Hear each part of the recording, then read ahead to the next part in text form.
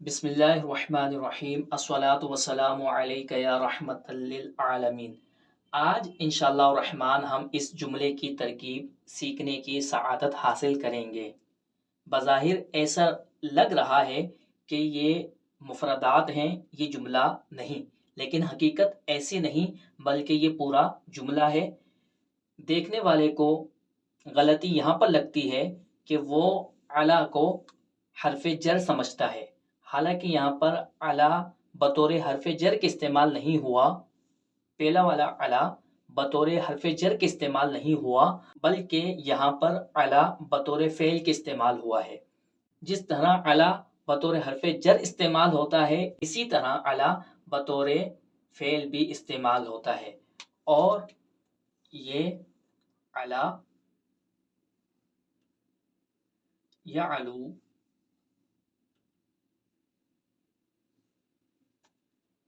علوًا کا فعل ماضی ہے، جس کا معنی ہوتا ہے بلند ہونا، غالب ہونا۔ تو ترجمہ یوں ہوگا، علی موسیٰ، موسیٰ علیہ السلام غالب ہوئے، علی فرعون، فرعون پر۔ علی فعل ماضی،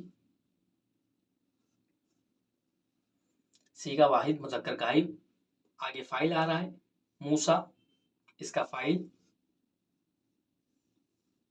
علی حرف جار، اور فرعون مجرور۔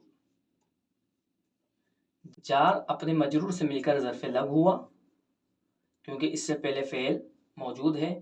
جب جار مجرور سے پہلے فعل یا شبہ فعل موجود ہو تو جار مجرور کو ہم ظرف لگ بناتے ہیں، اور اگر فعل یا شبہ فعل موجود نہ ہو تو جار مجرور کو ہم ظرف مستقر بناتے ہیں۔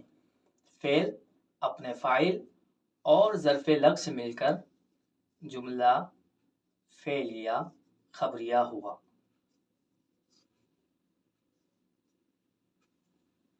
اللہ تبارک و تعالیٰ کی پاک بارگاہ میں دعا ہے کہ اللہ تبارک و تعالیٰ اس علم کے وسیلے سے ہمارے ظاہر اور باطن کو پاک فرمائے۔ وما علینا الا البلاغ المبین۔